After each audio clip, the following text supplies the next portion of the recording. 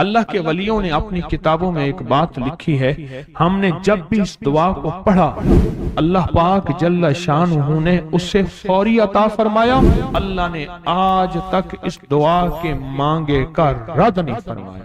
ایک واقعہ ہے حضرت علی کرم اللہ وجہہ کا۔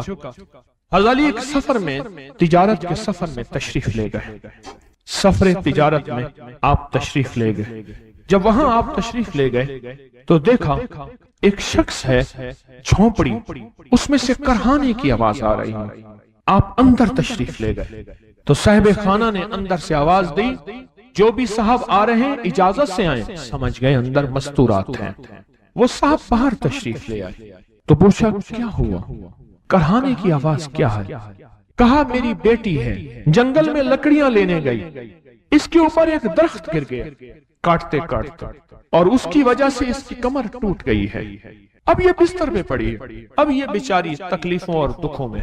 آپ نے فرمایا کوئی مسئلہ نہیں، میں ایک عمل کرتا ہوں، تو ایسا کر صرف اس کا کپڑا لے آ۔ آپ نے اس کے کپڑے کو سامنے رکھا، اس کو کہا اس کو پکڑ، اور اس کی طرف یوں انگلی کی، اور یہ دعا جو اب ہم پڑھنے لگے ہیں، بس یہ دعا پڑھی، اور صرف چند بار ہی پڑھتی اندر آوازیں خاموش ہو گئیں، چپ ہو گئے۔ آپ نے فرمایا پوچھو جا کے۔ آپ وہ بندہ اندر گیا تو واپس آیا، کہا بیٹی کو نیند آ گئی ہے، آج کئی ہفتے ہو گئے ہیں سو نہیں سکی، درد سے کرہا رہی تھی، اس کو نیند آ گئی ہے۔ آپ فرمانے لگے میں سفر میں جا رہا ہوں، جب واپس آؤں گا نا پھر پوچھوں گا، اگر کوئی تکلیف ہوئی تو پھر دم کروں گا، پھر دعا کروں گا، اور انشاءاللہ ٹھیک ہو جائے گی۔ آپ چلے گئے، آگے تشریف لے گئے تو آپ کے ہم سفر تھے، ان کی سواریاں تھیں، ان میں سے ایک گھوڑا تھا جس گھوڑے کو ٹھوکر لگی، چوٹ لگی، اس کے اگلے پاؤں کی ہڈی گھٹنا باہر نکل گیا، وہ ایک طرف ہو کے بیٹھ گیا، اس کا گھوڑا چل نہیں سکتا تھا۔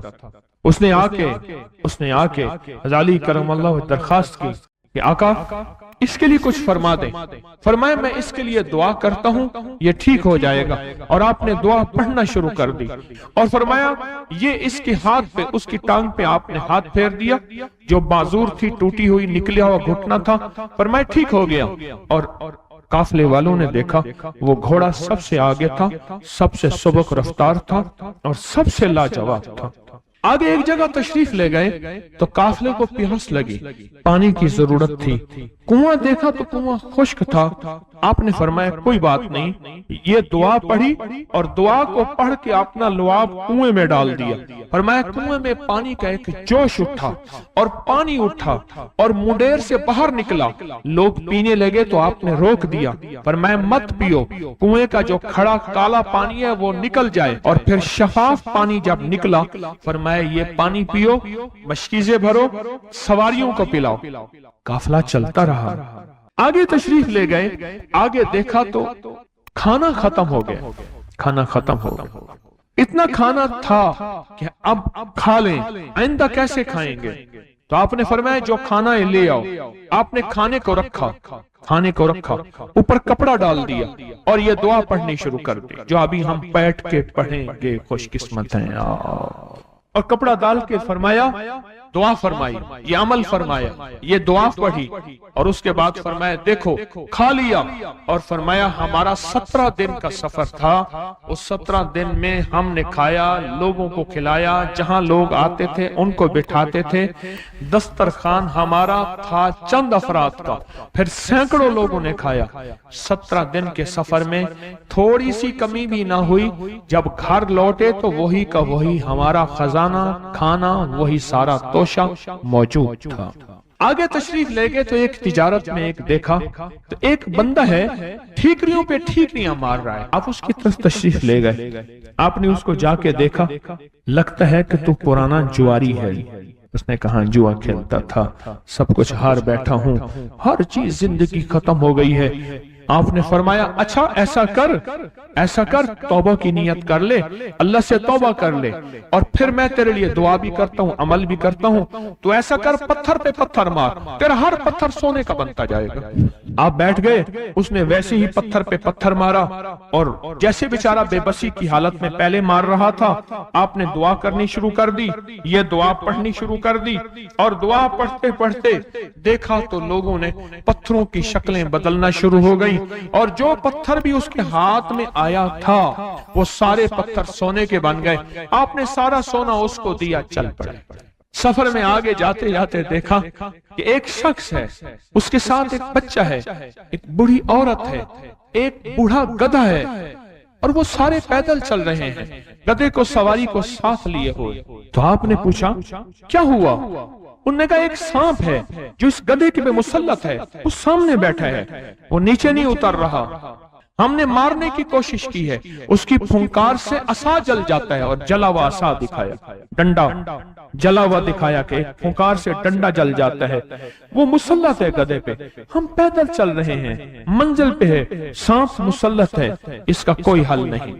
آپ نے فرمایا اس گدھے کو اس جھاڑی سے، اس درخت سے باندھ دو، اور باندھ کے آپ قبلہ رخ ہوئے اور یہ دعا پڑھنی شروع کر دی، اور فرمایا پھر دوسرے رخ ہوئے اور یہ دعا پڑھنی شروع کر دی، اور تیسرے رخ ہوئے، اور دعا پڑھنے کے بعد آپ نے اس سانپ پہ پھونک مارا، سانپ چونٹی بن کے چھلانگ لگائی اور غائب ہو گیا۔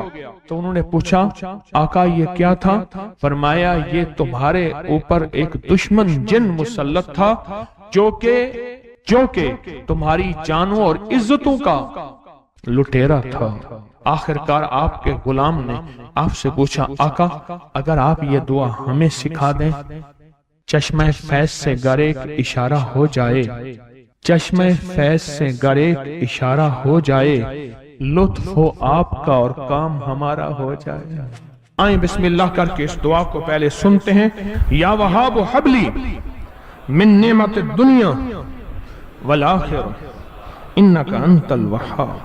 اللہ کے ولیوں نے اپنی کتابوں میں ایک بات لکھی ہے، ہم نے جب بھی اس دعا کو پڑھا اللہ پاک جل شانہ نے اسے فوری عطا فرمایا، ورنہ اس کی نسبت عطا فرمائی، اور ورنہ چند لمحوں میں عطا فرمایا، ورنہ چند دنوں میں۔ اللہ نے آج تک اس دعا کے مانگے کا رد نہیں فرمایا۔ رزق کی وسعت کے لیے جو میں بتاتا ہوں کہ بندہ ہے 129 دن اور 129 دفعہ سورۃ کوثر پڑھ اور پھر آنکھوں سے رب کی طاقت کے جلوے دیکھ۔ 129 دن اور 129 بار۔ آپ بتائیں جو یہ پڑھتے ہیں 129 بار سورۃ کوثر کتنا وقت لگتا ہے؟ صحیح بتائیں، اگر نہیں پڑھتے نہ بتانا۔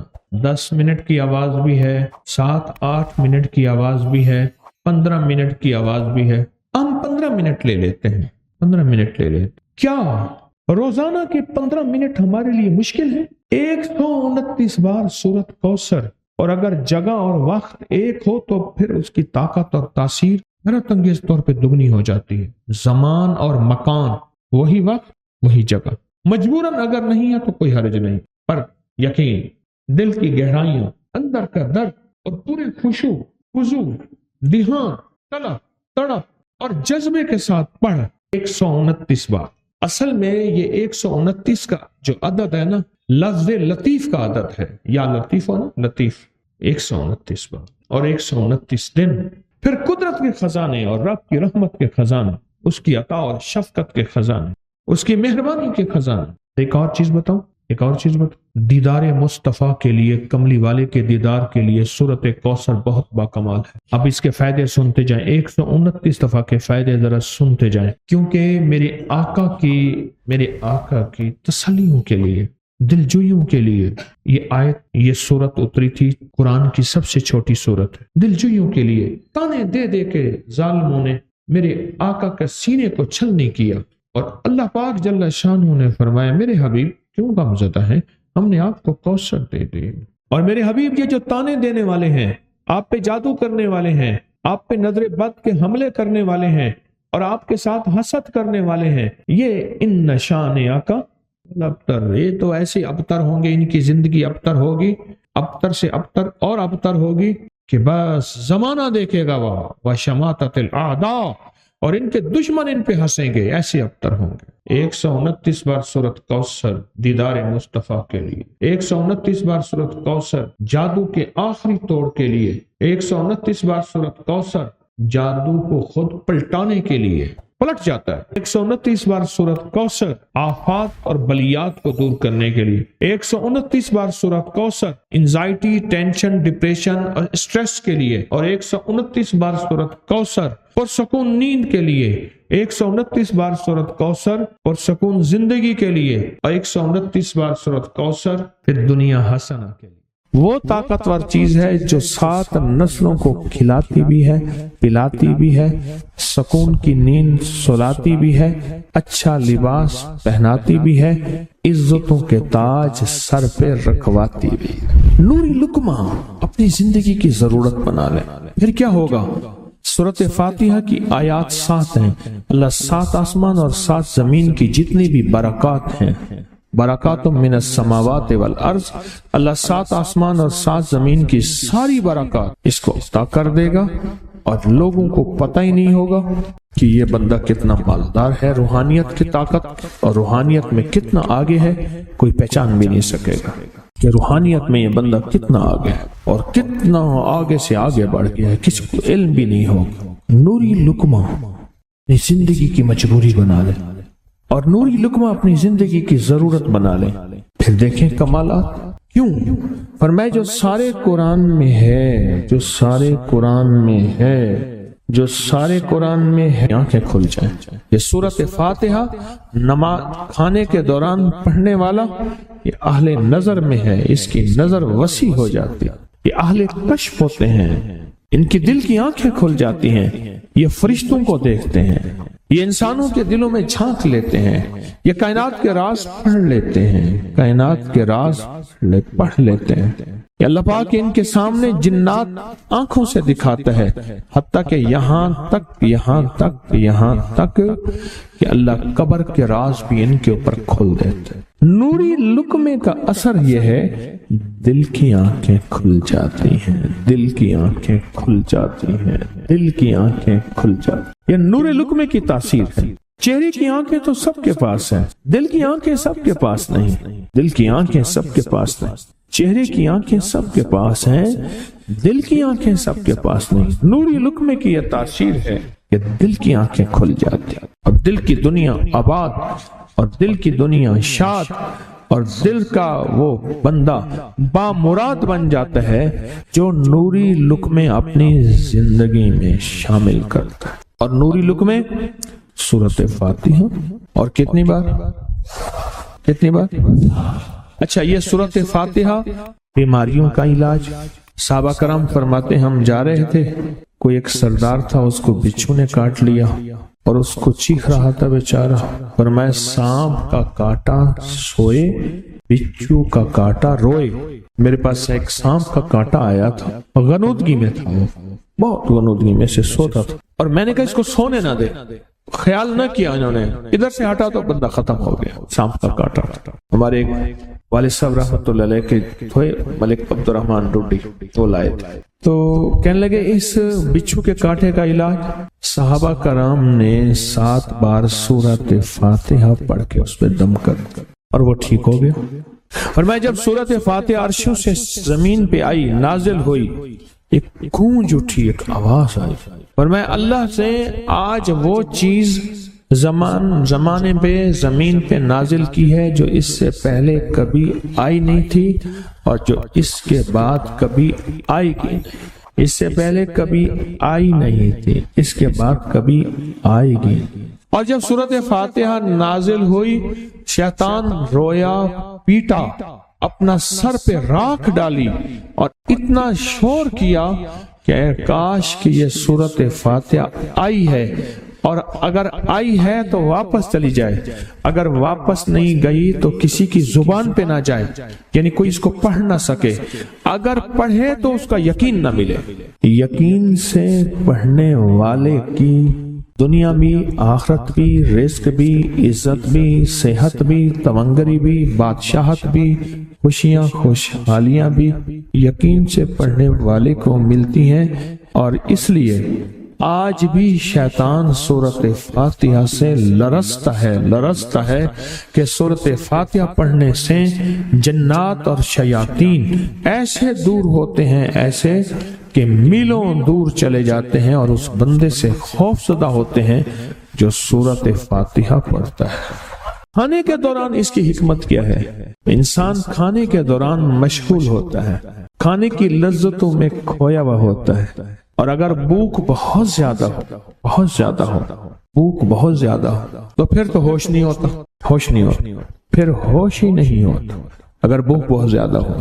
اب اسی دوران جس طرح سنیں غور سے، بڑی میں عجیب بات بتا رہا ہوں، حضرت امام جعفر صادق سلام اللہ رضوان اللہ تعالی علیہ مجمعین اللہ کے ولی تھے، ولایت کے تاجدار تھے، سرداروں کے سردار تھے، اولیاء کے سردار تھے۔ میں بازار میں جاتے تھے، جا کے پھر واپس آ جاتے تھے، پھر جاتے کچھ نہیں خریدتے تھے۔ کسی نے پوچھا اب کیوں جاتے ہیں؟ فرمایا 2 وعدے لینے، کیا؟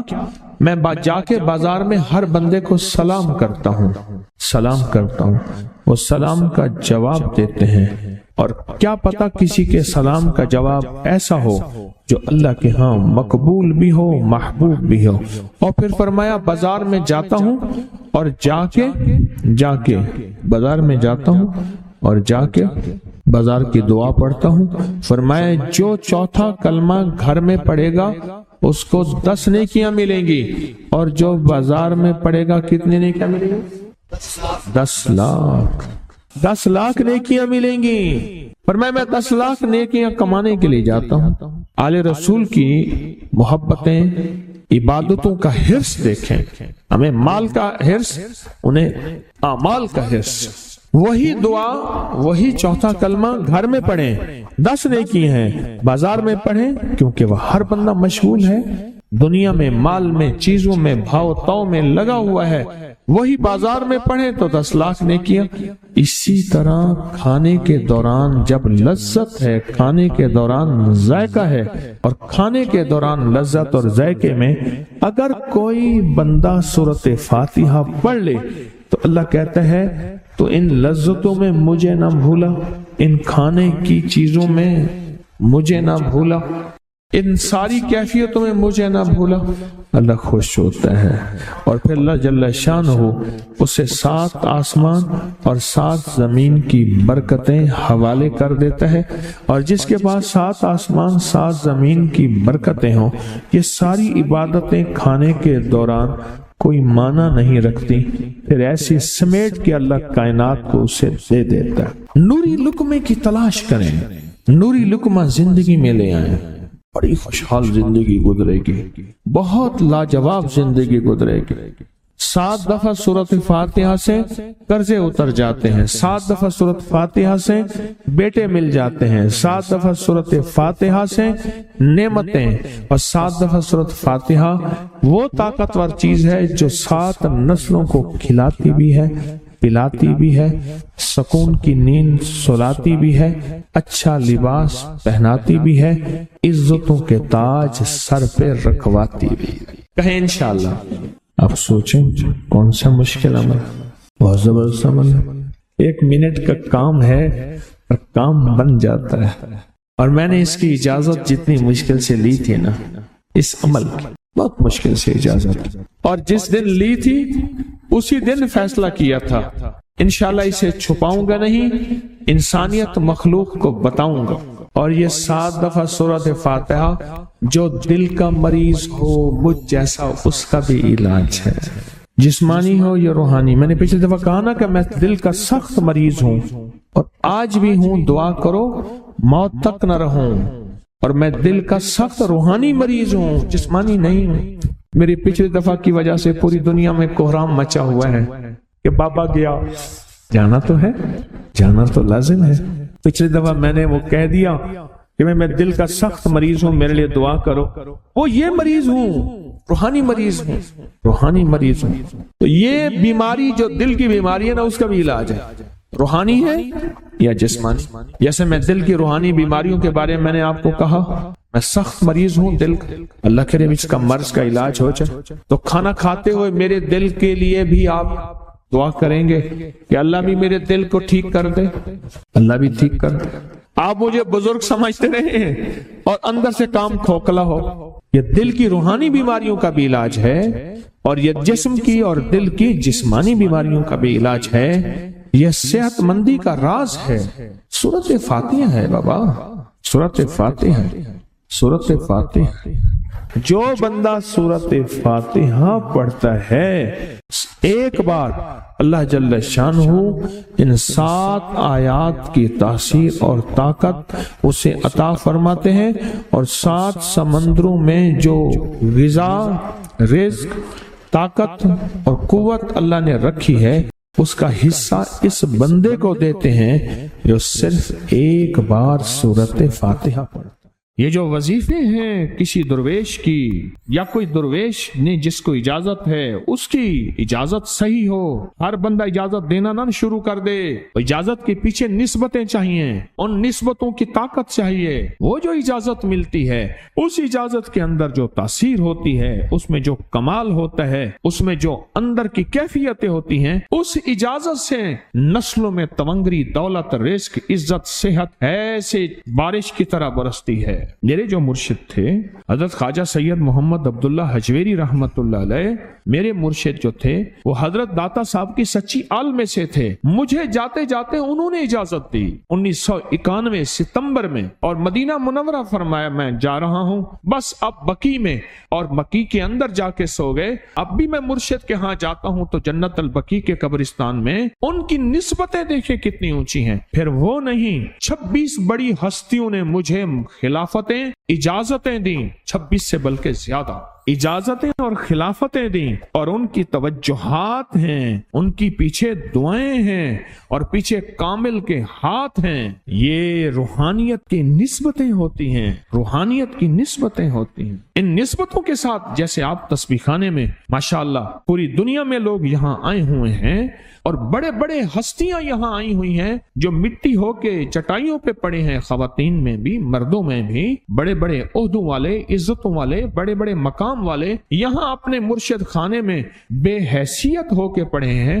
جو بے حیثیت ہو کے آتا ہے اللہ اس کو عزت اور مقام اور حیثیت دے۔ کہنے لگا میں نے نا حمزات کو قابو کرنے کے لیے میں نے ایک عمل کیا۔ عمل یہ تھا کہ ایک بڑا سا تھال لے لیں، جیسے یہ گارے اور مٹی میں تھال ہوتے ہیں، اس کا چراغ بنا لیں، اس میں 10 کلو تیل ڈالیں اور بڑی ساری بتی ہو، ٹھیک، اس کی بتی جلائیں۔ 10 کلو تیل جلنا ہے، یہ سارا کتنا تیل جلنا ہے اس کی بتی میں، اس کی لو میں دیکھنا ہے، اور پھر بیٹھنا اس انداز سے ہے کہ میرا سایہ ہو، اور پھر میں اپنے سائے کو بھی دیکھوں، لو کو بھی دیکھوں، اور اس کے بعد یہ وظیفہ پڑھنا ہے۔ 40 دن میں یہ 10 کلو تیل جل جاتا ہے۔ دن رات بیٹھنا ہے اور اس کو پڑھنا۔ 30 دن جب گزرے تھے، 30 دن گزرنے کے بعد اس کو نقشے نظر آنا شروع ہوئے۔ نقشے یہ نظر آنا شروع ہوئے کہ گھر ہے، بچے ہیں، کھیل رہے ہیں، اماں بیٹھی ہے، آپس میں بچے کو لڑ بھی رہے ہیں، کھا بھی رہے ہیں، پی بھی رہے ہیں۔ اس نے ادھر سے توجہ ہٹائی۔ مرشد نے فرمایا تھا کہ دیکھ میری نگرانی میں عمل کر رہا، نقشے نظر آئیں گے، کسی نقشے میں